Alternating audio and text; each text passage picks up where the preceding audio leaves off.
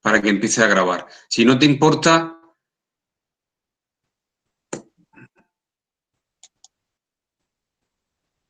Bueno, como decía, Tasia, tienes la palabra para iniciar tu presentación y tu conferencia. Adelante. Gracias, Mario. Pues bueno, vamos a hacer un resumen de esto que hemos comentado en la versión de la conferencia que nos había quedado grabada. Voy a decirlo brevemente. Lo que vamos a exponer es, primero, el índice de la conferencia que va a tener, que se produce en el periodo que transcurre desde la transición hasta la cuarta ola en nuestro país, pero también vamos a ver en el mundo. Y vamos a comenzar por exponer brevemente cuáles son las 3 olas del feminismo según la clasificación española. Después vamos a estudiar las olas del feminismo, pero en España. Posteriormente nos centraremos en el periodo actual de la cuarta ola, al que podemos llamar Me Too.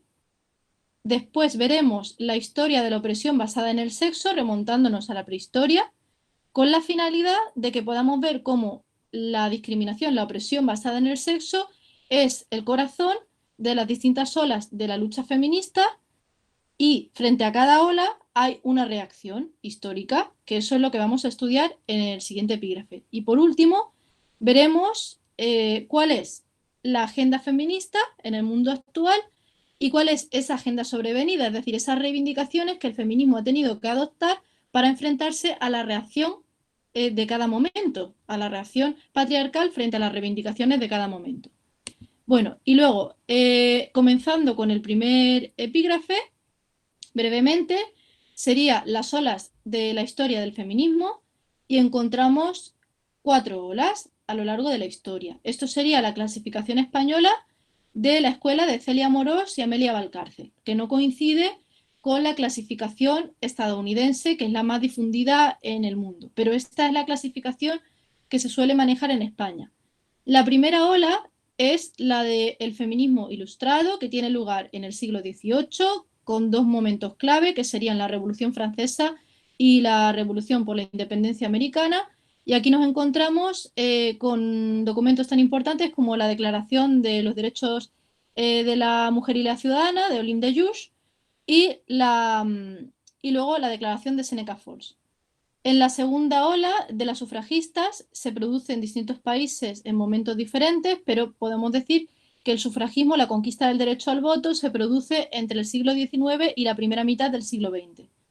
La tercera ola es las feministas radicales. El movimiento del feminismo radical es el más icónico y el más representativo de la tercera ola, pese a que hay otras corrientes, pero digamos que el feminismo radical es definitorio en términos de metodología, porque tiene un método y un funcionamiento propio que ha inspirado mucho al feminismo posterior. Este feminismo se produce tanto en Estados Unidos como en España, como veremos, en la segunda mitad del siglo XX. Y por último, la cuarta ola feminista es la que está teniendo lugar en la actualidad, en el siglo XXI, y podemos llamarla con el nombre de Me Too, aunque es nada más que un nombre, pues porque es un movimiento complejo que en cada país adopta sus propias reivindicaciones, pero hay ciertos elementos convergentes, comunes, que vamos a estudiar. Bien, pues con esto voy a salirme de la presentación, porque yo creo que ya se ha visto. En el índice, en el chat de la conferencia está lo mismo que he dicho, el resumen, para que podáis ver por qué epígrafe vamos en cada momento, por si os sirve de ayuda. Bueno, pues vamos a comenzar por el segundo epígrafe, que sería el epígrafe de las olas en España. En España hay que señalar que, bueno, como siempre se señala, ¿no? En España no hubo ilustración, se dice habitualmente, ¿no? Entonces, claro, el feminismo ilustrado no tiene en España una tradición muy reseñable. De modo que en España podemos decir que el feminismo comenzaría con la segunda ola. El feminismo de segunda ola con figuras que sería el feminismo sufragista, la lucha por el derecho al sufragio, que encuentra figuras que luchan más bien por los derechos educativos primero y luego otras figuras que se centrarán en la lucha por el derecho al sufragio. Pero todo ello se mueve en un mismo clima del sufragismo internacional. Por ejemplo, en España encontraremos figuras como Concepción Arenal o Teresa Claramunt, que son en el primer periodo, en el periodo más antiguo de esta lucha, y gracias al sufragismo internacional las mujeres españolas pudieron ingresar a la universidad en 1910. Y en 1918 algunas mujeres pudieron acceder a categorías funcionariales en categoría de auxiliares. Y aquí es cuando comienza a surgir organizaciones nacionales de mujeres que convocan las primeras manifestaciones feministas para promover el voto. Y todo ello se produce por una tendencia gracias al feminismo internacional, a esta ola de feminismo que se está produciendo en estos momentos. Durante la dictadura de Primo de Rivera en España hubo un retroceso importante de los derechos de las mujeres porque el movimiento se definía como de hombres y masculino. Pero, bueno, para mantener calladas a las mujeres se hizo un amago de concesión del voto solo para las mujeres no casadas y además no se llegó a hacer efectivo este derecho. Pero en este ambiente opresivo, algunas mujeres se reunían en el Liceo de María de Maeztu y hubo una generación de escritoras y de poetisas que se puede ubicar en la generación del 27. Pero el momento más importante que tuvo el feminismo español de este periodo, de esta ola, fue la conquista del sufragio durante la Segunda República. Es conocido, como ya hemos visto en otras ponencias, y por tanto no me voy a parar mucho aquí, la disputa que hubo en el Congreso de los Diputados, bueno, en realidad en unas Cortes Constituyentes, entre Clara Campoamor y Victoria Kent a propósito del sufragio femenino y finalmente como el gran y célebre discurso de Clara Campoamor fue determinante para la inclusión del sufragio femenino y hay que decir que la Constitución de 1931 también incluyó por primera vez el derecho de las mujeres a no ser discriminadas por razón de sexo. Es decir, ese fue el periodo que encontramos, que fue el periodo sufragista de España. A pesar de las dificultades que hubo en ese periodo, el sufragismo español consiguió durante la España republicana dos triunfos que fueron efímeros, porque enseguida ya se terminó la República, y esos triunfos fueron el voto y también la ley del divorcio, que se consiguió en aquel momento. Luego, durante la guerra civil y la dictadura, tras la victoria de las fuerzas franquistas en España, hubo un retroceso muy marcado de los derechos de las mujeres que duró 50 años. Y las feministas se tuvieron que ir al exilio o permanecer pues silenciadas, ¿no? Y la mujer, el papel para la mujer fue el papel de ángeles del hogar. Ese fue el papel al que se recondujo a las mujeres. Durante este periodo ni siquiera se castigaba la violencia de género. Por ejemplo, era permitido incluso matar a tu mujer por si la pillabas en caso de una infidelidad. Solo se castigaba al asesino con pena de destierro, sin que hubiera ninguna pena, además, si fallaba el golpe y no conseguía asesinarla. Es decir, para que os hagáis una idea de qué terrible jurídicamente, legalmente, era la situación de las mujeres. Estamos hablando de mujeres a las que además en delitos sexuales se les exigía una resistencia heroica para considerar que hubieran sido intimidadas y que la violación mereciera algún castigo. Y no se consideraba de ninguna manera un acto sexual que se cometiera contra una mujer prostituida, porque se consideraba que el bien jurídico protegido era la honestidad y no la libertad sexual ni la indemnidad sexual como actualmente. Era una situación en que las mujeres estaban sometidas a los hombres en el plano económico, con una consideración semejante al de menores de edad. Entonces, durante la tercera ola del movimiento feminista en España, fue cuando muy rápido hubo que conquistar numerosos derechos. La gran explosión y el gran cambio de la situación de las mujeres en nuestro país sucede a partir del año 1975 con la muerte de Franco y en este momento empiezan rápidamente a surgir multitud de grupos de conciencia, ahora vamos a hablar de lo que son los grupos de conciencia en España, que reflexionan críticamente sobre la maternidad, el matrimonio, la familia y el modelo sexual. Puede llamar la atención que estos grupos se organizasen de una manera tan rápida. Y en gran medida la explicación es que muchos grupos ya estaban organizados en el exilio y durante los últimos años de franquismo, de cierta apertura, esos grupos ya se estaban, ese terreno de resistencia ya se estaba fraguando. Entonces, con la muerte de Franco, el movimiento feminista se rearmó muy rápido. En 1976 se celebró la primera manifestación feminista tras la dictadura. Y en los siguientes años veríamos en España conquistas muy importantes, como por ejemplo la lucha de las mujeres por la despenalización del adulterio, la legalización de los anticonceptivos, el derecho al divorcio, que se recuperó, el derecho de las mujeres al trabajo asalariado, la asistencia de guarderías, se reivindicó la educación sexual, bueno, guarderías no, escuelas infantiles, ¿no? Se reivindicó la educación sexual, la despenalización del aborto y la no discriminación de las mujeres lesbianas.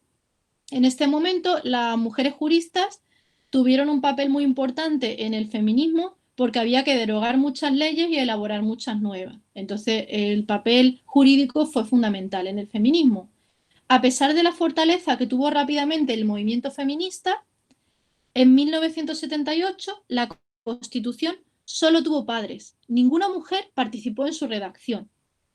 Durante la transición, eso dio lugar al alimento del desencanto y la desconfianza por parte del movimiento feminista. El movimiento feminista se sintió traicionado con los partidos políticos que no habían tenido en cuenta a las feministas y a su teoría en la elaboración de la Constitución. De hecho, en el año 1978, la Plataforma de Organizaciones Feministas de Madrid firmó un documento de protesta por los aspectos patriarcales que tenía la Constitución y que sigue teniendo. Y todos estos aspectos pues siguen estando allí, presentes. Para que veamos la crítica que le hacían a nuestra Constitución ya en 1978, decían que el texto carece de medidas concretas para poner fin a la desigualdad entre mujeres y hombres, que no hay derechos específicos relativos a los problemas de las mujeres, como el tema del aborto. De hecho, se obstaculiza perseguir el derecho al aborto con la redacción que dice todos tienen derecho a la vida. La Constitución dice que quiere proteger a la familia, que es precisamente una de las instituciones más restrictivas de las mujeres durante la dictadura. Y, en fin, se había dado mucho poder a la Iglesia, permitiendo que todavía existe una educación diferenciada en las escuelas dependientes de la Iglesia o vinculadas a la misma. De modo que no se mencionaba en toda la Constitución la necesidad de la educación en igualdad entre mujeres y hombres o de la coeducación. También se mantiene que el varón tiene propiedad sobre la mujer en el acceso a la corona y no se hablaba del papel denigrante que tienen las mujeres en los medios de comunicación, que es un papel sexualizado y vinculado a las tareas del hogar. Las feministas también se quejaban en aquel momento de que no se tenía que haberse hecho un sistema de seguridad social único para toda la ciudadanía, en la que todo el mundo cotizase un mínimo a ser mayor de edad, de modo que las amas de casa y las mujeres penalizadas por la doble jornada, que somos todas, pues no se vieran además perjudicadas en la brecha de las pensiones. Ya en aquel momento se señalaba todo esto, que siguen siendo problemas actuales. Durante los 80, las españolas lucharon activamente por el derecho al aborto. En 1985 se logró una regulación de supuestos más restrictiva que la que tenemos desde 2010, que es una regulación de plazos. Y como sabemos, hace pocos años, una reforma muy polémica que propuso Gallardón quería restringir considerablemente el derecho al aborto, y eso fue frenado por acción del movimiento feminista, aunque sí se logró en aquella reforma reaccionaria quitar a las menores de edad el derecho a poder abortar sin consentimiento paterno, cosa que ahora se está modificando. Pese a la llegada de la democracia, habría que esperar hasta 1989 para que el derecho, el Código Penal, regulase los delitos de malos tratos. Pero en el Código Penal de 1995, que es por fin el nuevo Código Penal de la democracia, no hay apenas perspectiva de género y perspectiva feminista, de modo que no se trata la violencia machista como un tema prioritario y habrá de esperar unos años todavía para ser regulada en nuestro país. Por otra parte, con respecto a los delitos sexuales y a la situación de las violaciones y demás, lo que sí se consigue en 1989, en esa primera versión de Código Penal, es que los delitos ya no se consideraran las violaciones un crimen contra la honestidad de las mujeres, sino que se consideraran delitos vinculados a la libertad sexual. Esa modificación se mantendrá en el Código Penal vigente que tenemos actualmente, que es el de 1995. Por último, hay que señalar las dos grandes conquistas del movimiento feminista a nivel legislativo en nuestro país, que serán la ley de 2004, que aprobó el PSOE, que es la Ley Orgánica de Medidas de Protección Integral contra la Violencia de Género, y por otra parte, la más importante de todas las leyes de igualdad que hay en materia antidiscriminatoria de nuestro país, que es la ley de 2007, la Ley Orgánica para la Igualdad Efectiva de Mujeres y Hombres. Esta ley es muy importante porque propugna la paridad, o sea, digamos, la presencia equilibrada entre mujeres y hombres en todas las esferas de la sociedad, incluyendo las esferas políticas, las esferas laborales, las esferas de la administración pública, la entrega de premios, la representación cultural, digamos, debería existir paridad entre mujeres y hombres, y la ley procura activamente, mediante distintas medidas, lograr ese objetivo. El problema de esta ley es que en gran medida no se ha cumplido. Y entonces hoy en día lo que se exige, sobre todo, es el cumplimiento de toda la legislación que el movimiento feminista ha conquistado, porque muchas veces el problema que encontramos es que no se cumple. Bueno, pues con esto he hecho este resumen, que espero que no haya sido demasiado rápido y demasiado cargado, sobre las olas del movimiento feminista en España, y me gustaría hablar ahora brevemente acerca de la situación en la que nos encontramos ahora con el movimiento a nivel internacional que se viene denominando el Me Too, ¿no? Esa sería la situación. Vale, el Me Too, ese movimiento, ¿no? Lo que nos dice estas palabras, que significa yo también, Me Too, es una llamada a la solidaridad y se constata la existencia de un problema colectivo. Es decir, cuando tú dices yo también, estás diciendo a mí también me pasa, no es un problema solo tuyo, es mío también, y además te mando un abrazo y un apoyo porque no te pasa a ti sola, sino que vamos a luchar juntas contra eso que ocurre. Esto fue un hashtag, pero no fue el único que se empezó a usar. De hecho, ahora mismo el movimiento feminista utiliza muchos hashtags en redes sociales, que se utilizó en todos los continentes y que tuvo decenas de miles de mensajes vinculados a este. También ha habido otros hashtags como Yo sí te creo, No es no, Vivas nos queremos, Aborto legal ya, Ni una menos, Ni una más. Muchos os sonarán. Y estos son los que están en español, porque luego hay muchos hashtags en alemán, en italiano, en idiomas, en muchísimos idiomas, ¿no? O sea que esto ha sido un movimiento global. El caso, tal vez el caso más conocido que da nombre a este movimiento fue el caso de unas actrices de Estados Unidos que fueron acosadas por Weinstein, que sufrieron un caso de acoso sexual en la que les exigía sexo a cambio de conservar sus carreras. Pero no debemos pensar que este movimiento es un movimiento elitista, el feminismo o que solo representa los intereses de unas actrices de Hollywood. Porque el Me Too fue un descriptor que se utilizó para que miles de mujeres, no miles, sino decenas de miles de mujeres de todo el mundo, contaran sus propias historias de acoso, de abuso sexual infantil, de agresiones sexuales y de experiencias sexistas. Eso es lo que ocurrió. También, bueno, esto en cuanto al Me Too puramente, ¿no? Pero ya si nos vamos al de Ni una menos, ¿no? Pues experiencias de miedo en la calle, de cuando voy sola, de las cosas que me dicen, de cosas terribles, ¿no? Que les ocurren a las mujeres en todo el mundo.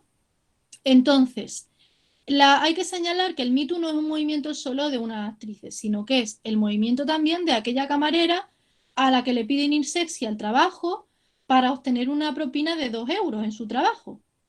Y lo importante es que el Me Too consiste en una toma de conciencia. Tú no compartes tu testimonio solamente para desahogarte y ya te sientes bien y te vuelves a tu casa muy tranquila, sino que esta metodología de compartir testimonios sirve para que las mujeres encuentren algo de su propia historia en el interior de las historias de otras mujeres. Y este método fue el mismo que se utilizó durante la fase del feminismo radical, que ahora vamos a hablar en qué consistió el feminismo de los años 60 y en España a partir de 1975, durante la transición, se utilizó un método que era precisamente que las mujeres se reunían, compartían sus testimonios y sus experiencias y juntas se daban cuenta de que lo personal es político, es decir, el problema que tú creías que te pasaba solo a ti, en realidad es un problema colectivo. Y como es un problema colectivo que te lleva a tomar conciencia de la existencia de un sistema que se llama patriarcado, frente a ese sistema hay que articular soluciones colectivas.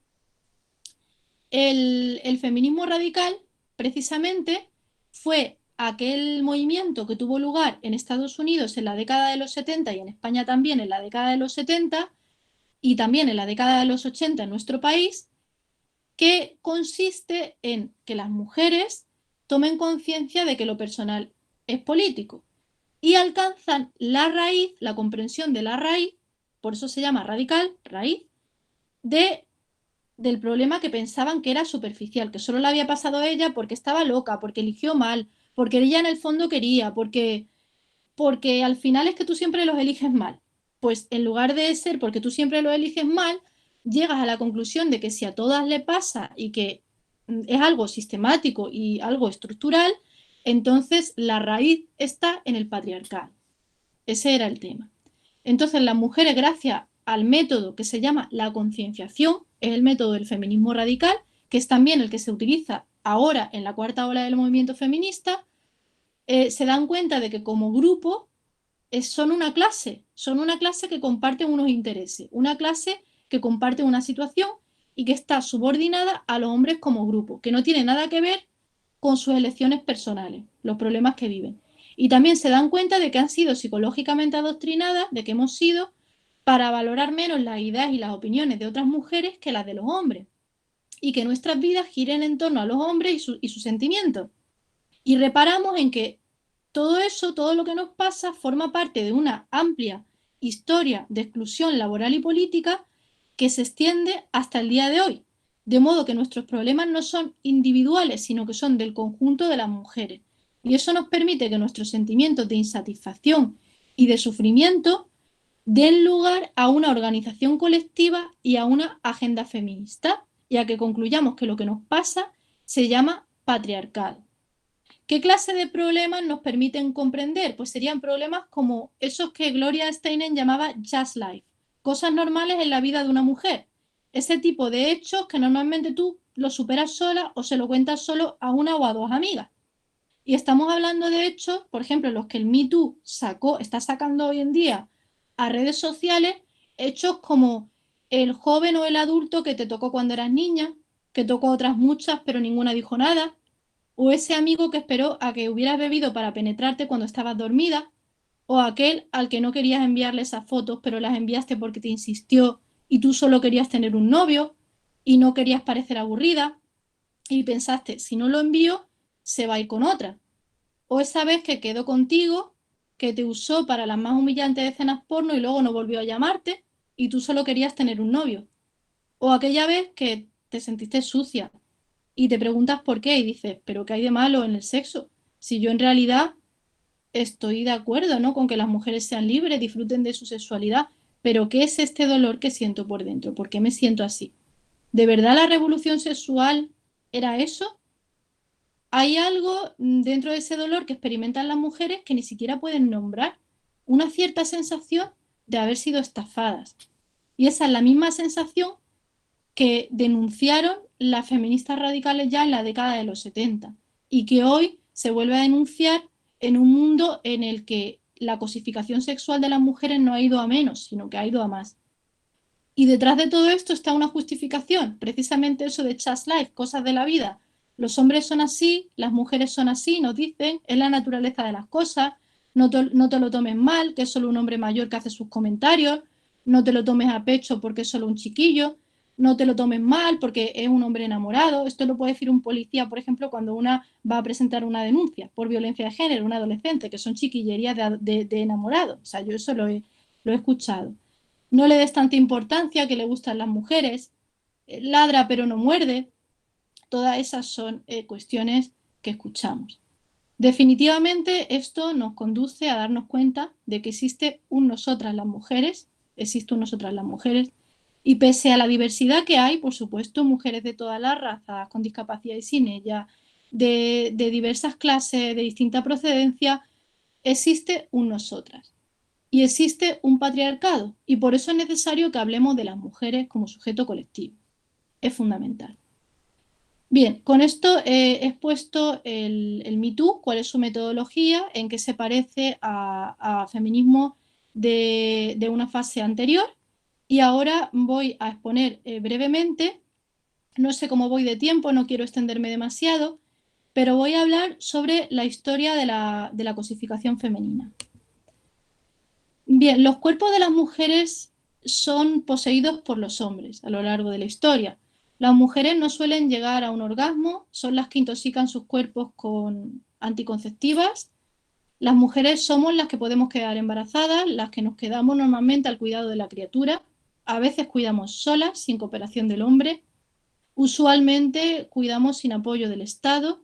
Las mujeres somos las que sufrimos el aborto, también el aborto clandestino y el parto forzado, y hay que tener en cuenta que las leyes que te impiden, por ejemplo, el aborto, son leyes que no hemos elaborado las mujeres. Las mujeres somos violadas en todos los continentes. Las mujeres experimentamos a diario que son los hombres y no las mujeres los que controlan nuestra capacidad sexual y reproductiva. Andrea Dworkin, una feminista radical de precisamente de la década de los 70, afirmó que las mujeres somos un pueblo invadido, que nuestros cuerpos están poseídos, tomados por otros que se arrogan el derecho natural de tomarlos. Una también feminista radical, una historiadora que se llama Gerda Lerner, escribió un libro que se llama La creación del patriarcado, en el que se preguntó cuál es el origen de la cosificación sexual y reproductiva de las mujeres. Y su investigación histórica la condujo a ubicar ese origen de la subordinación reproductiva y sexual de las mujeres al final de la prehistoria, cuando los grupos de hombres de dos tribus del Neolítico intercambiaban entre sí a las mujeres para que fueran adquiridas como esposas por la tribu del marido. Eran las mujeres y no los hombres las que eran intercambiadas. Por tanto, las mujeres eran deshumanizadas y tratadas como cosas. ¿Por qué fueron las mujeres y no los hombres? ¿Por qué data ahí el origen del patriarcado? ¿Por qué se produjo esta deshumanización de las mujeres y no de los hombres en este momento inicial del patriarcado? Según Gerda Lerner, porque un hombre podía huir si lo raptas e irse a su tribu y volver luego con otros para hacer guerra, pero las mujeres se quedan embarazadas y tienen criaturas. Y entonces no se va a ir abandonando atrás a la criatura. Además, la criatura es fruto de la tribu que la ha raptado. Además, las mujeres se quedan fácilmente vulnerables durante la época del parto y necesitan ese respaldo. Entonces, es mucho más fácil esclavizar a una mujer que esclavizar a un hombre. Ese ha sido el principio, el origen de la esclavitud histórica.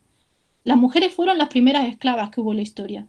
Antes que las personas negras, que las personas de otras razas. De hecho, luego, las clases sociales, según el trabajo de Gerda Lerner, y la explotación, la esclavitud, son fenómenos que surgen posteriormente después de este fenómeno originario de deshumanización y cosificación de las mujeres.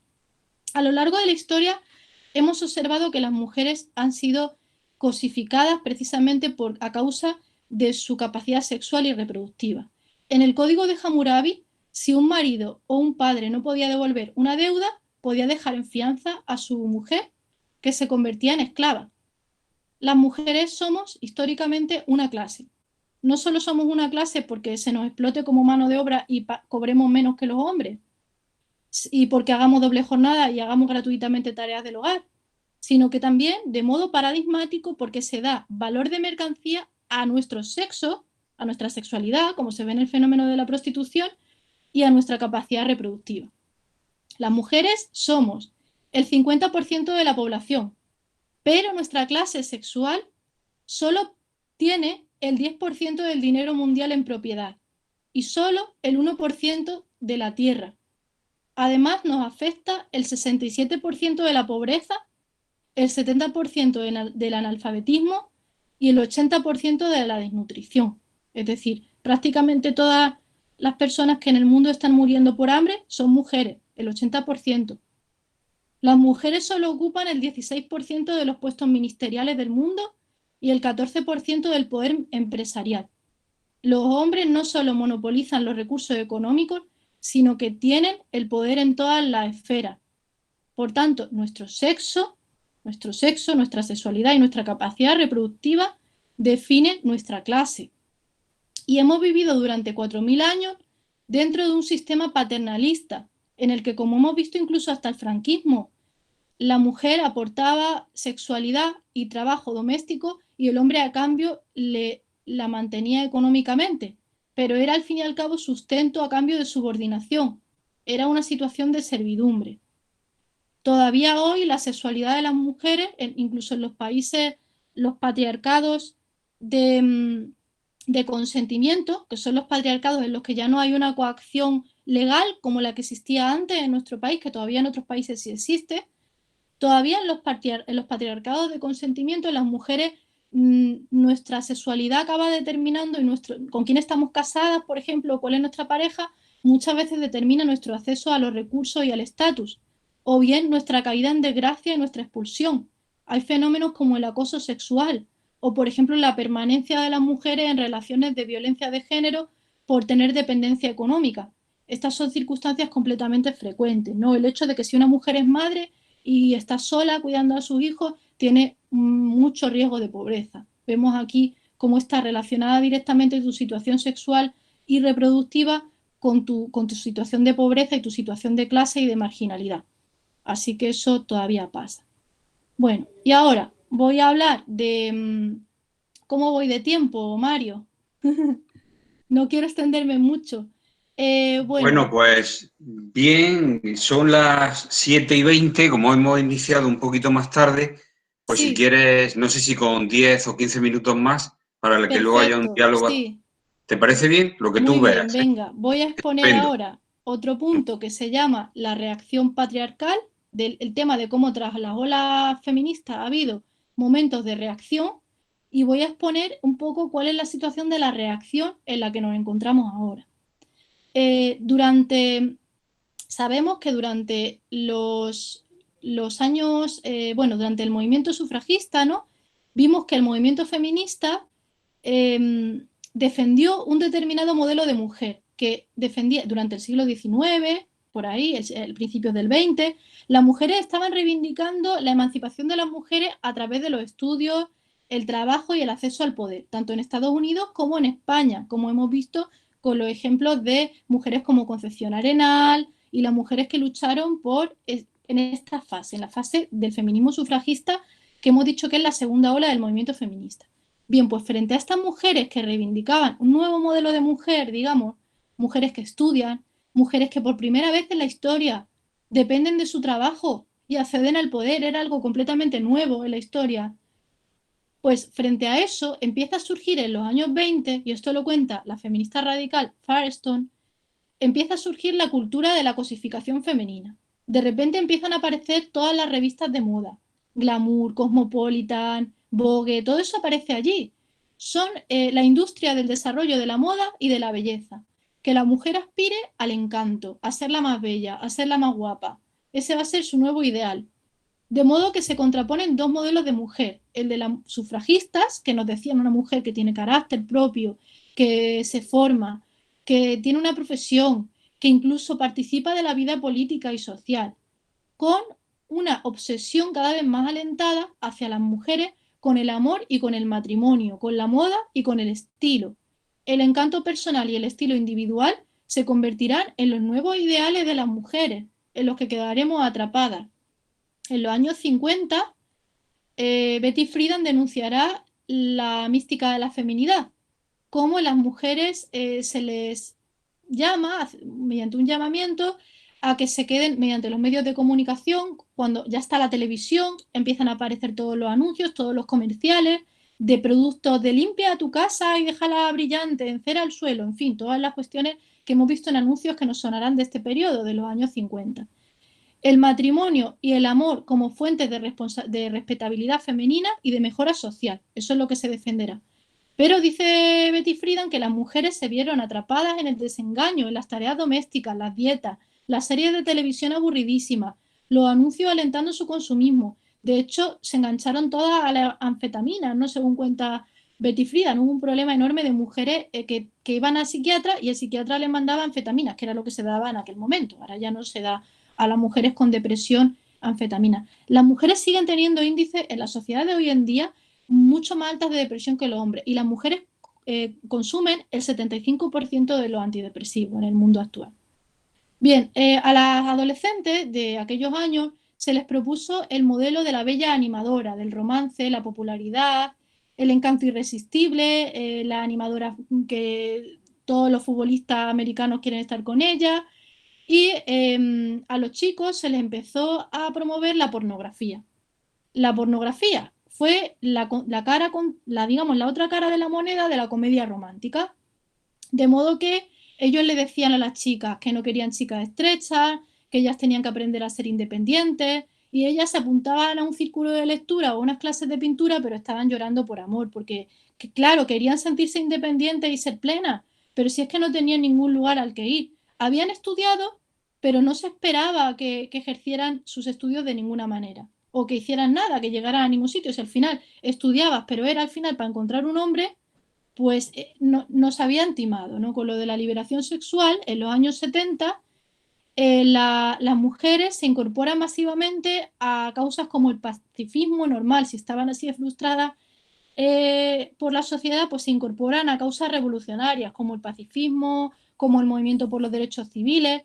El sufragismo ya se había olvidado en la sociedad estadounidense y las mujeres eran consideradas legalmente ciudadanas, pero aunque tenían posibilidades educativas, no se esperaba mucho de su capacidad intelectual. ¿Tenían libertad vistiendo? Sí, y podían acostarse con quien quisieran, en principio, ¿no?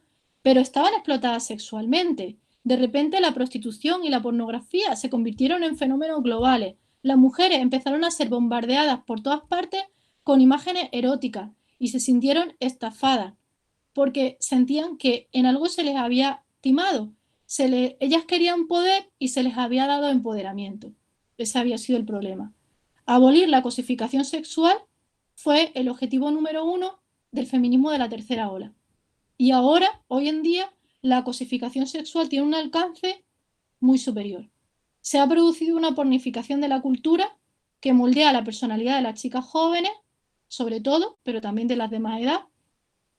Y todas las redes, bueno, tenemos la cultura de las redes sociales, de estar constantemente con la apariencia, y la mujer no se le exige solo ya ser una buena profesional, sino además ser físicamente como una Kardashian, e incluso impera ahora hacerse cirugía estética para no envejecer.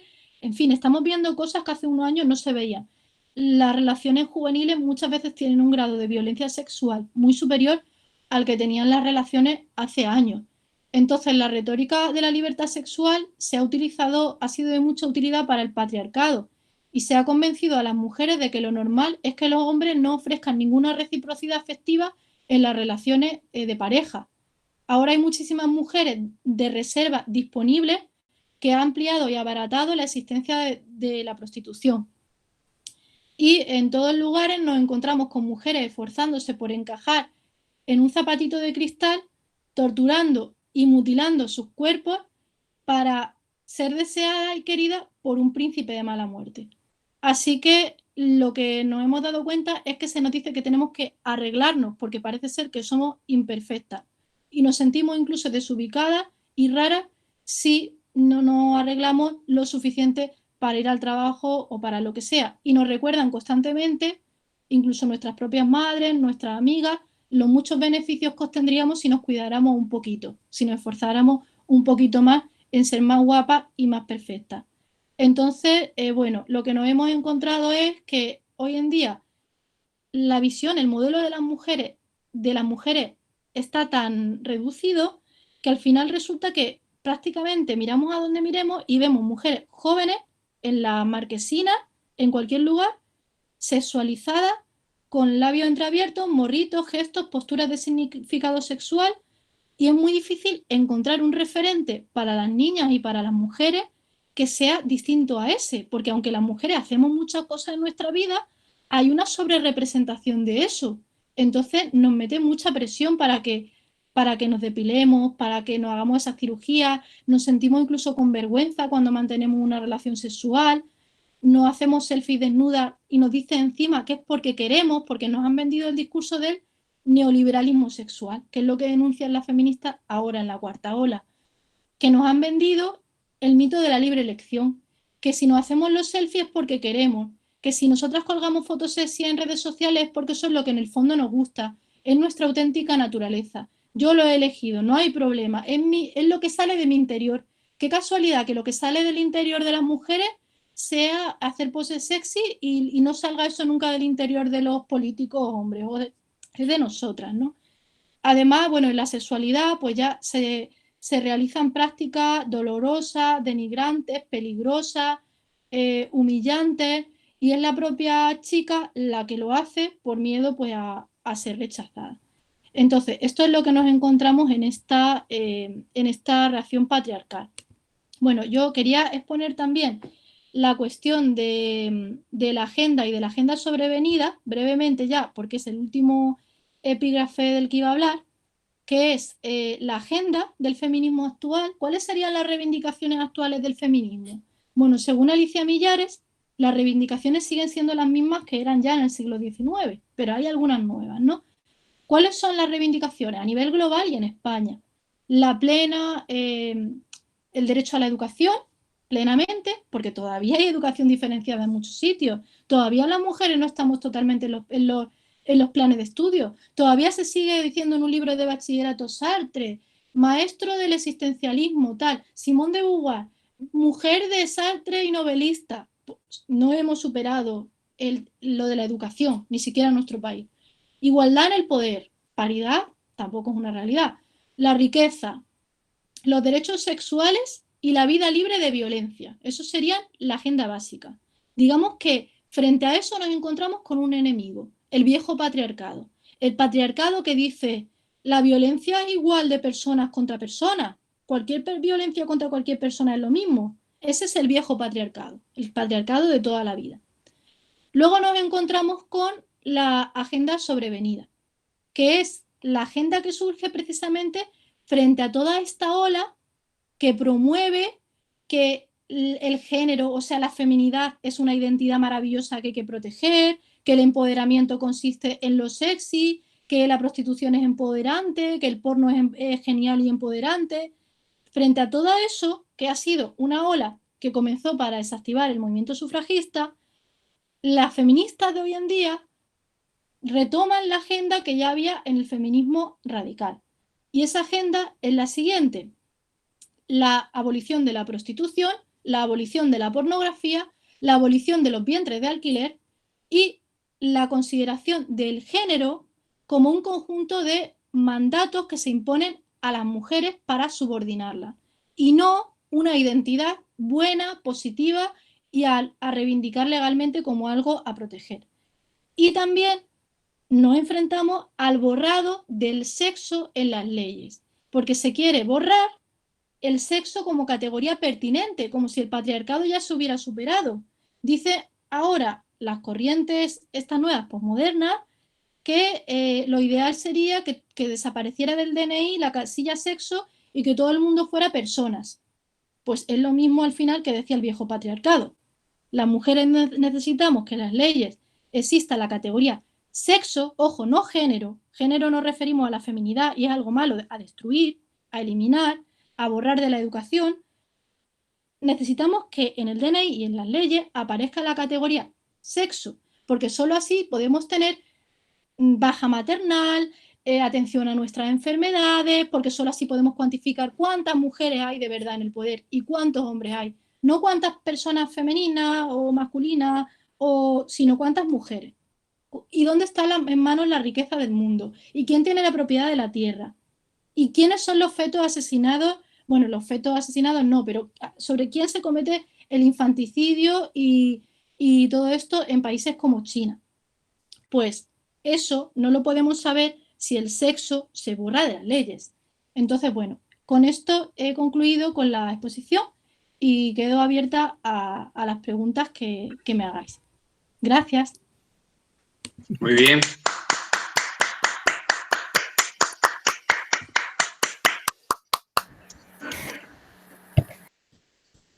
Muchas Muy bien, gracias. muy interesante, Tasia, muchísimas gracias. Pasamos de inmediato a lo que sería el diálogo. Os recuerdo a las personas que queráis intervenir que, por favor, descolguéis vuestro micrófono, encendáis vuestra cámara para que Tasia os pueda ver y sea una relación más humana, ¿no? Y seamos capaces de sortear la parte telemática y tecnológica que en muchas ocasiones resulta bastante fría. Bueno, que Se si había alguien anda dicho en por ahí, pijama Tasia, tampoco pasa nada porque no, ya me lo sé, pregunta si así. no es una obligación, por eso digo un por favor. Se había dicho por ahí en el chat que por qué no se había hecho la presentación con PowerPoint, ¿no? O un PDF Ah, para seguirla un poco mejor. Bueno, he comunicado que tú habías tomado esa decisión porque eso te permitía a ti, bueno, pues hacer un discurso mucho más fluido y también poder meter muchos más contenidos que si no, pues hubiera sido muy cargante meterlo todo en un PDF. Como bueno, en además, un PowerPoint no hubiera cabido, pero a lo claro, mejor me he enrollado un montón. No sé si he dado demasiada información. Espero que haya sido comprensible.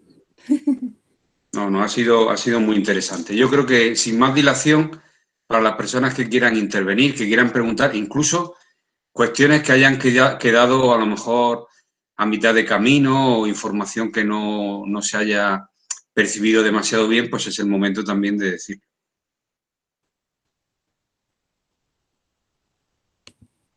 Hay una pregunta de Irene Herreros, que En debe el chat. ser, que dice, me gustaría saber su opinión sobre OnlyFans, si puede ser. Y a mí me gustaría saber qué es OnlyFans, porque yo no sé lo que es OnlyFans. Como, a ver, si es que me da vergüencilla poner la cámara. Bueno, pero no te dará vergüenza hablar. Y por favor, mm, pensad que no solamente la ponente, que no es el caso, ¿no? Pero sí vuestro profesor, hay muchas de las terminologías que no conoce. Entonces, por favor, Sí, explicar un poquillo más qué significa eso de OnlyFans. bueno, Adelante, Irene. lo de OnlyFans, Sí, ¿no? Yo sé lo que es, bien que... si lo quiero explicar Tasia mejor, ¿eh? Bueno, lo de OnlyFans esto es una especie de red social, creo, porque yo no pertenezco a la generación que utiliza OnlyFans, donde las mujeres cuelgan vídeos y fotos en actitud erótica un poco, pero no llega a ser porno, digamos. Y eso luego, o sea, luego tienen fans que se meten ahí a verlo. El caso es que, bueno, dicen por aquí los hombres también, sí, pero sobre todo las mujeres. El caso es que yo estaba haciendo en los últimos meses una indagación sobre pornografía y si te metes en las páginas más visitadas de porno como Pornhub o cualquiera, te das cuenta de que OnlyFans es una de las categorías más buscadas. Por ejemplo, tal mujer, OnlyFans. No sé qué, OnlyFans. De modo que aunque nos estén vendiendo que OnlyFans no es porno y que OnlyFans es una manera de ganarte un ingreso extra haciendo otra cosa, se está utilizando como puerta de entrada para que las mujeres que no se atreverían a lo mejor antes a hacer porno se metan ahí. Y al final es industria pornográfica también, forma parte de la misma industria. Sí, por aquí dice el Fórum de Política Feminista, no sé si de Neris, precisamente, es una red de proxenetismo permitido, una manera de que las chicas jóvenes piquen y entren en la venta de sus fotos y de su material pornográfico a través de una red social de apariencia más amigable. Es eso, o sea, es un fenómeno nuevo de captación, claramente, porque es eso, ¿no?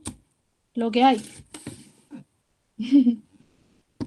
Bueno, no sé si hay alguna pregunta más.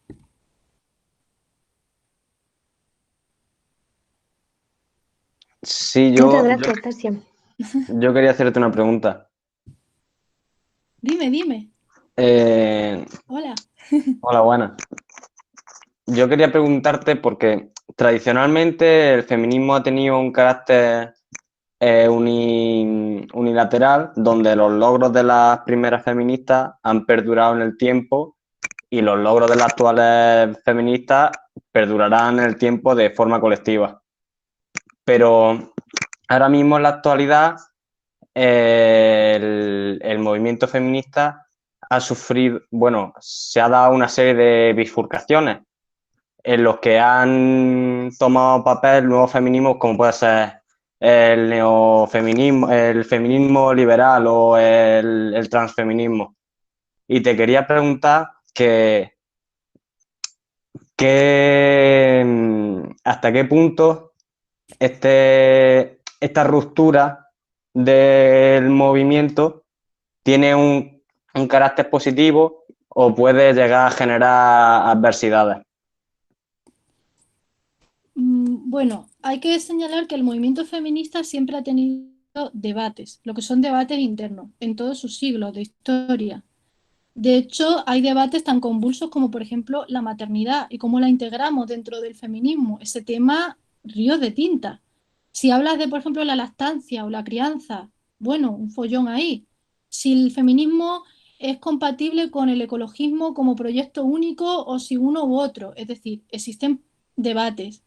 Existen debates desde siempre. El feminismo, entre la diferencia entre el feminismo de la igualdad y el de la diferencia. Ese debate tuvo muy ocupada a las mujeres hace no tanto, hace apenas 20 años, 15 años. Fue un tema muy, muy convulso. Pero lo que estamos viendo ahora no es equiparable a todo eso. Porque lo que estamos viendo es una corriente que surge en los años 90, que surge en el momento del boom de la prostitución como fenómeno global y de la pornografía, que aparece para intentar impedir que las feministas radicales, que las feministas de la tercera ola, pongan freno a toda esa sexualización y cosificación de las mujeres. Vinculado a eso aparece la teoría queer. La teoría queer surge del postestructuralismo francés, no surge de la tradición feminista, surge a partir de inspirada en teorías de Foucault, de Deleuze, de Derrida. Ese es su origen. No en la obra de Mary Wollstonecraft y de la feminista sufragista y de la feminista ilustrada. Nada de eso, ni en Simone de Beauvoir. Surge con otra corriente y surge para otros intereses, pensando en otros sujetos. Su sujeto no es las mujeres. Y cuando hablamos de mujeres, hablamos de hembras de la especie humana. ¿Y por qué hablamos de hembras de la especie humana? Porque somos las mujeres designadas en el mismo momento en el que se nos ve esos genitales, nuestros genitales, en la ecografía o en el momento en que se nos ve cuando ya acabamos de nacer, es cuando ya se nos destina al matrimonio de conveniencia, a que vas a ser la que vas a cuidar a tus hijos en la casa. Se te educa desde pequeñita ya con el rosa, con los pendientes, con el vestido, con el carrito. Y todo eso depende de que naces con esos genitales, no depende de otra cosa. Entonces ahora se confunde por parte de este movimiento el sujeto mujer, que es el sujeto que es la clase sexual oprimida por su capacidad sexual y reproductiva, con una reivindicación de la feminidad como algo bueno. Y con la feminidad hablamos precisamente de la cosificación sexual, la belleza, las imágenes pornificadas, todo eso.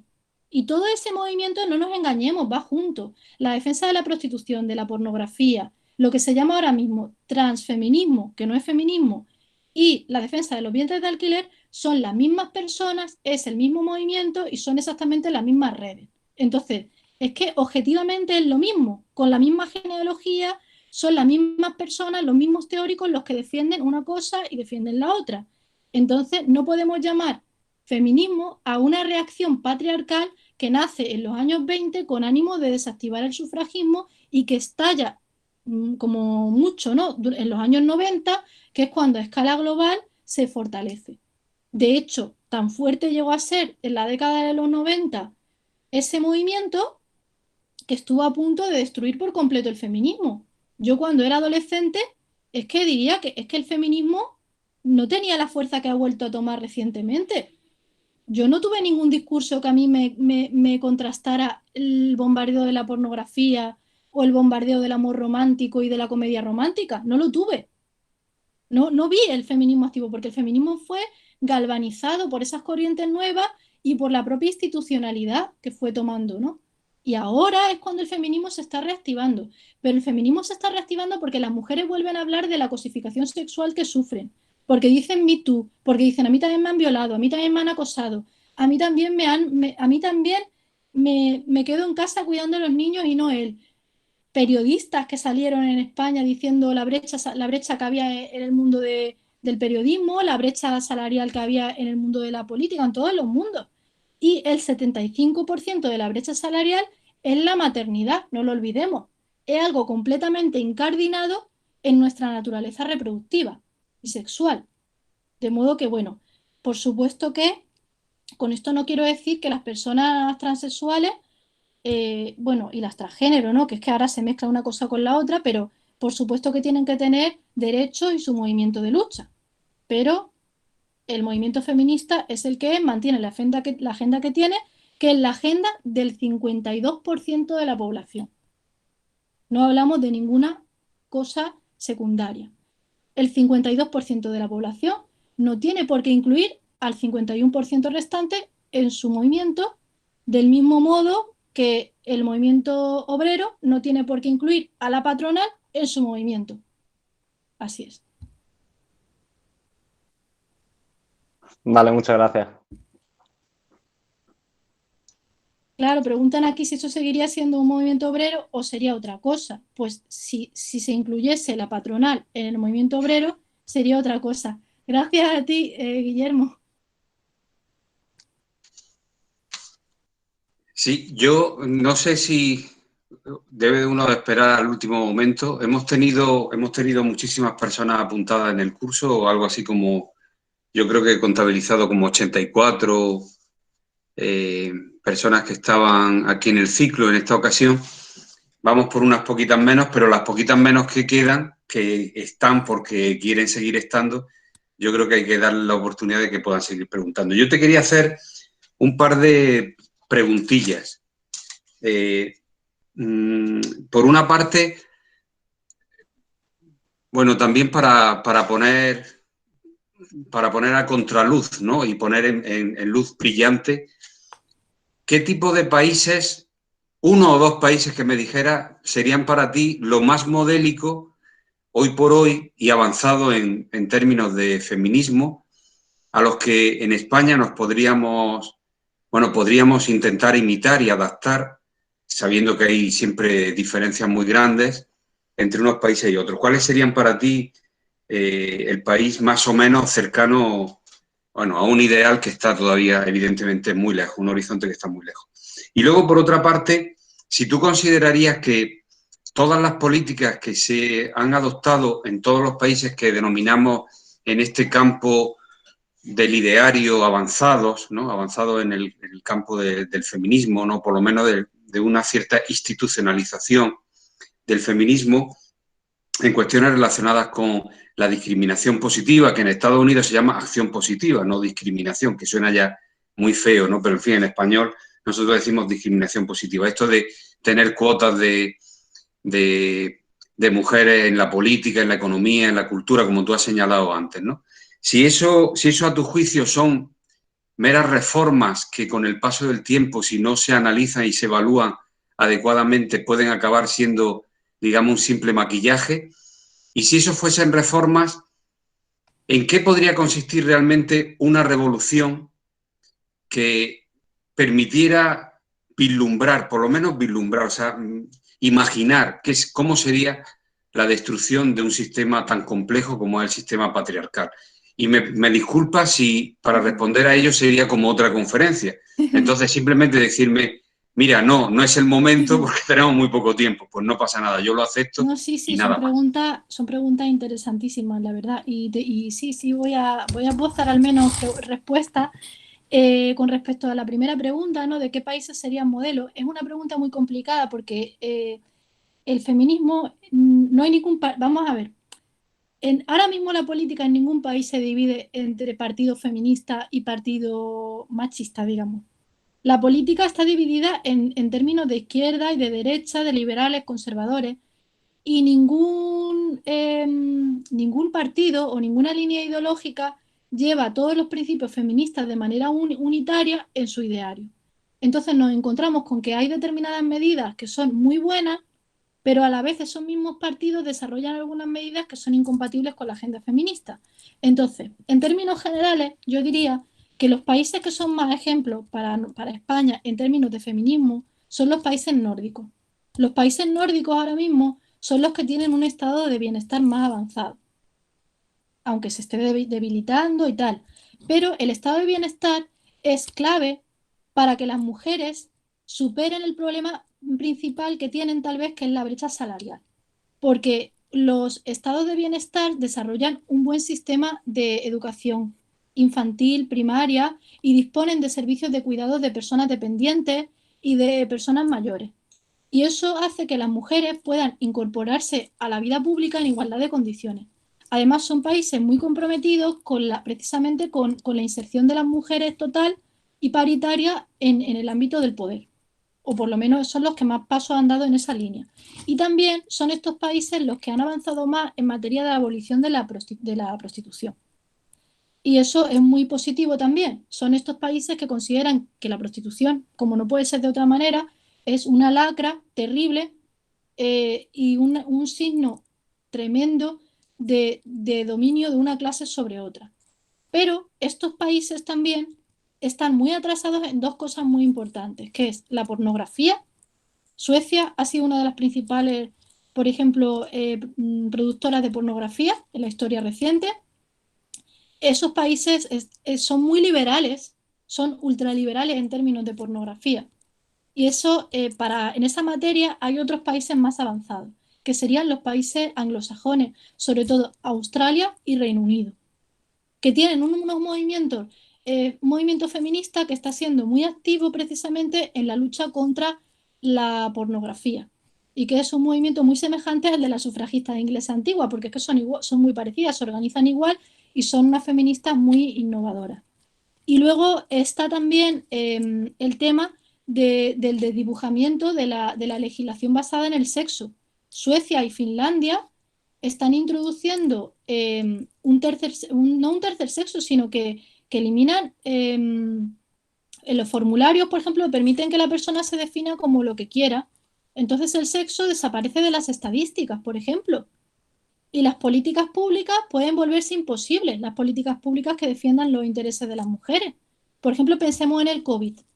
Una investigación sanitaria diferencial sobre los efectos del COVID en hombres y mujeres se vuelve imposible si tú no tienes en cuenta el sexo como variable principal.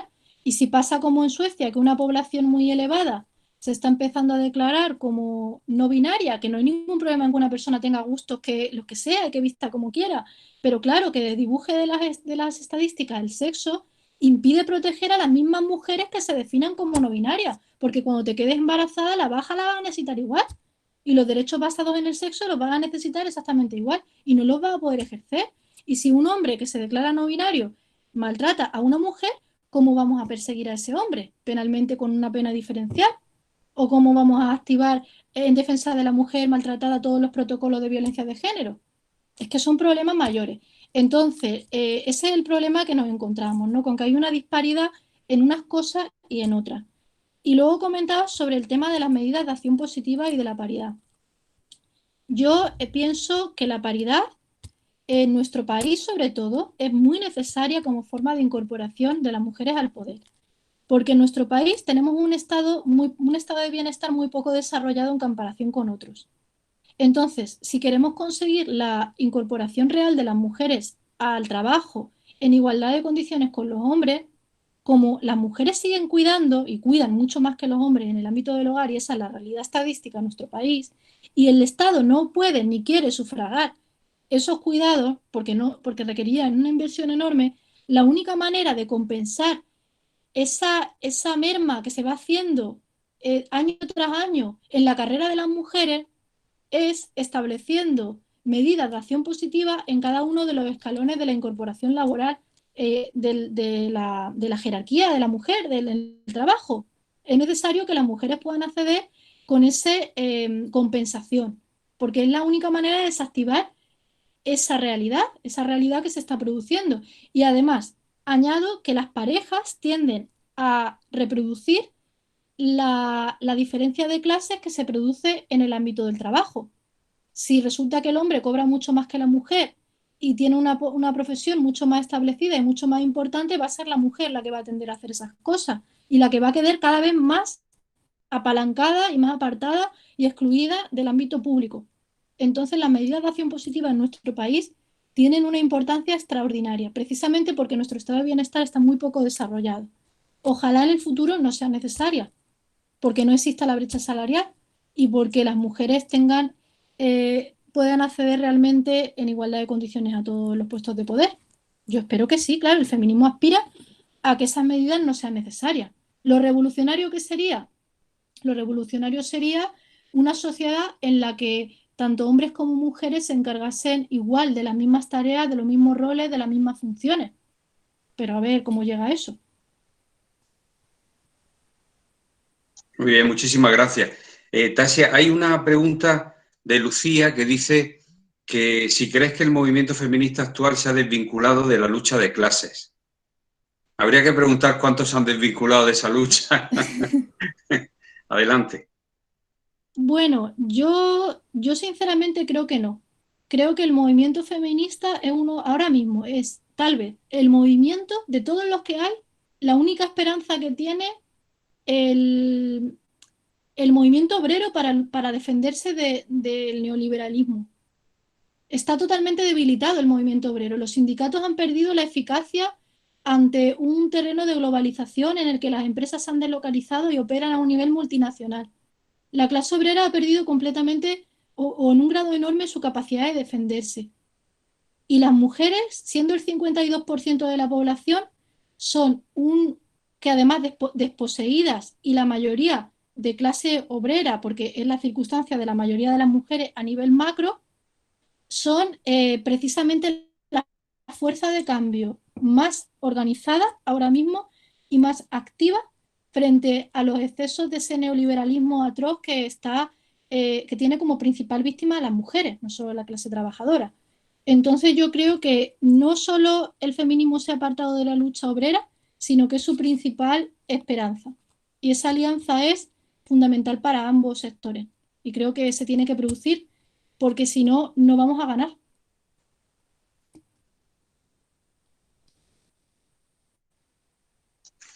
Muy bien, permitimos una última pregunta, porque faltan 3 minutos para las 8, pero bueno, alguna pregunta, si hubiese más de una, pues también lo permitimos. Adelante. Adelante, Julia. Sí, hola. Hola. Yo además como notas con lo que has respuesto de Mario y que, por ejemplo, con los ejemplos de países que están más avanzados con eso, yo quería hablar de que no es un estado, pero como he visto documentarios sobre el Rojava en Siria, que intenta de estar independiente, pero que como se lucha y que es muy, y que me parece más igualitario que en nuestros países y que está... que se intenta de que no está eso patriarca y que entonces para mí es la verdad que no es un país, pero para mí es un buen ejemplo de lugar que es el más avanzado con eso y demás que tengo en mi reflexión una pregunta que es que si estamos en un sistema patriarco, que para mí es muy vinculado también con nuestro sistema capitalista, podemos siempre tener conquistas de leyes, de derecho y todo eso, pero si el sistema queda como está, no podemos ir a una igualdad. Y entonces para mí estas conquistas es también muy vinculado con la lucha del sistema entero. Sí, eso que quiere decir. Entonces, si lo he entendido bien, la pregunta consiste en la vinculación que hay entre el feminismo y la lucha contra el capitalismo y contra el patriarcado como sistema global, ¿no? Que sería un sistema único. ¿Esa es la pregunta? Sí, no es muy una pregunta, además, o se tiene una respuesta sí, pero estaba como más sí. un poco lo que pienso yo, porque... Sí, estoy de acuerdo con que están muy unidos el sistema patriarcal y el sistema capitalista. Digamos que yo diría que el capitalismo es la forma que toma este momento histórico del patriarcado. El patriarcado ha tenido otros momentos históricos que no eran capitalistas, pero sí existía patriarcado, pero en este momento histórico necesariamente tiene que vehicularse ese poder de los hombres sobre las mujeres como clase a través del capitalismo que existe vigente. Y lo vemos pues porque cualquier tipo de explotación sexual se incardina, sexual y reproductiva, se incardina en las estructuras capitalistas. Pues lo vemos en el fenómeno de la prostitución, de los vientres de alquiler, en la pornografía, en la propia estructura del sistema de trabajo, del sistema de la doble jornada salarial de las mujeres, en la asistencia y el reparto de la riqueza, del dinero, de los medios de producción. Todo eso pues se ve claramente como el capitalismo es la vía que utiliza el patriarcado para su poder sobre las mujeres, ¿no? Visto desde la óptica histórica del feminismo.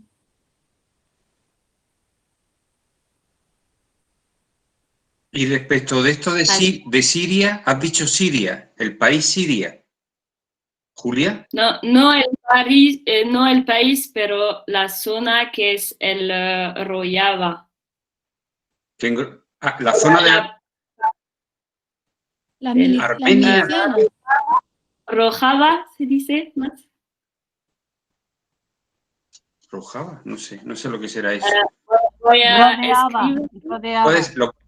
¿Cómo? Rodeaba. Que rodeaba Siria. Sí. No, está hablando de una región de Siria en la que está hablando de lo de las milicianas sirias, ¿no? Que son mujeres que están luchando de una manera muy igualitaria frente a la guerra y todo esto, ¿no? Que bueno, que son milicianas, que aparecen. Yo no conozco más del conflicto, pero he oído también de las mujeres de Rojava o algo así, pero no. Las kurdas. Las kurdas. Kurdas. El Kurdistán. El Kurdistán sirio. Pero sí, eso.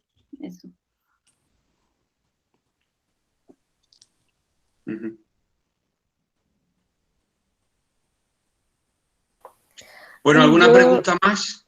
Yo simplemente quería agradecer la ponencia porque creo que a muchas personas de las que estamos aquí se han tocado temas que tienen mucha controversia y se han explicado muy bien, se han argumentado muy bien y creo que nos va a servir para mucho. Y nada, agradecerle la ponencia porque es digna de agradecer. Muchas gracias.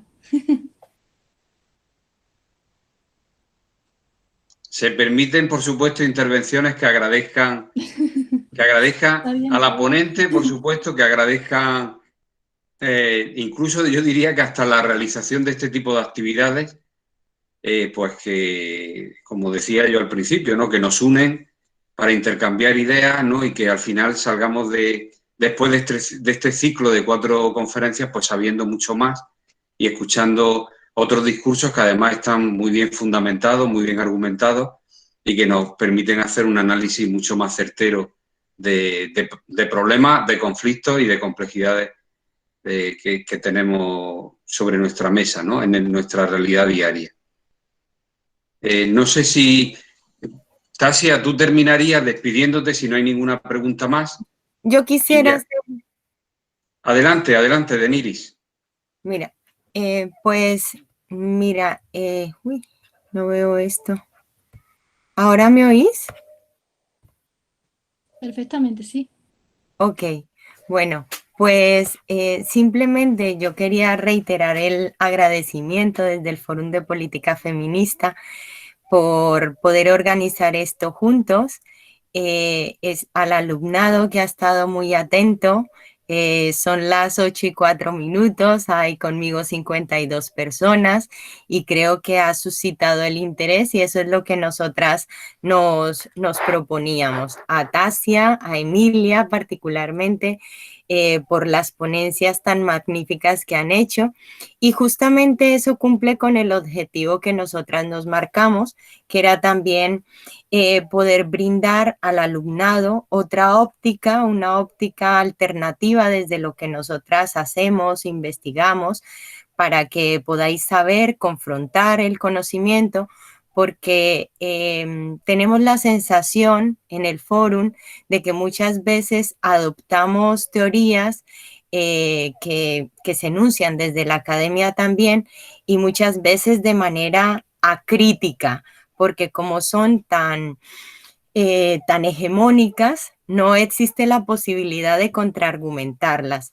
Y justamente con este ciclo de conferencias hemos querido proponeros eso, una óptica alternativa que está muy razonada, muy fundamentada y de la cual si queréis tener más información podéis seguirnos. Me va a permitir hacer un poco de proselitismo político, con perdón de Mario, que si queréis nos sigáis en las redes sociales y siempre estamos también abiertas a vuestras inquietudes que podéis hacérnoslas llegar vosotros y vosotras mismas o también a través de vuestro profesor. Muchísimas gracias. Gracias también a Tasia porque el tema de hoy era un tema muy importante. Justamente en la primera sesión, que fue la de Emilia, salieron todas las preguntas, hicieron referencia a temas del debate actual, a temas de actualidad. Entonces, hoy el hecho de que haya habido también dudas, pues, y que también haya habido esos silencios, quiere decir que estamos reflexionando sobre esos temas y nos sentimos muy contentas desde el Fórum de Política Feminista por esta experiencia. Muchas gracias. Muy bien, pues si te parece a ti, Tasia, terminar despidiéndote. Pues sí, bueno, yo creo que sería mejor el cierre de Denis, porque como así cerramos todas las jornadas, no solo la mía, mi sesión, pero bueno, yo decir que he estado encantada de estar con este alumnado, que cuántas preguntas, que me ha alegrado ver tanta participación y ver que hay interés en el tema, que se nota eso. Y nada, muchas gracias por invitarnos al Fórum de Política Feminista para poder hablar de historia del feminismo, que es un tema fascinante, ¿no? Que creo que deben conocer el estudiantado. Sí, es un tema francamente muy interesante y aquí tenéis vuestra casa para que podamos repetir en el futuro con otras cohortes de alumnos y alumnas. Y nada más, cerramos este ciclo. Os agradecemos muchísimo a las personas que habéis estado hasta el final, vuestra presencia, por supuesto a la ponente y a las otras dos ponentes, a Emilia Barrio y a Deniris Castaño, por la colaboración tan desinteresada y tan gratuita que han tenido en este esfuerzo. Muchísimas gracias y cuidaros mucho, que sigáis muy bien y seguid luchando por la igualdad. Y tal vez en algún momento tendremos que pensar cómo de manera inteligente terminamos con la sociedad patriarcal. A lo mejor incluso habría que hablar del modo de producción patriarcal, ¿no? Siguiendo la estela del marxismo. Muy bien. De acuerdo, chao. Gracias. Hasta luego, adiós. Muchas gracias. Hasta luego. Hasta luego. Adiós. Muchas gracias, hasta luego.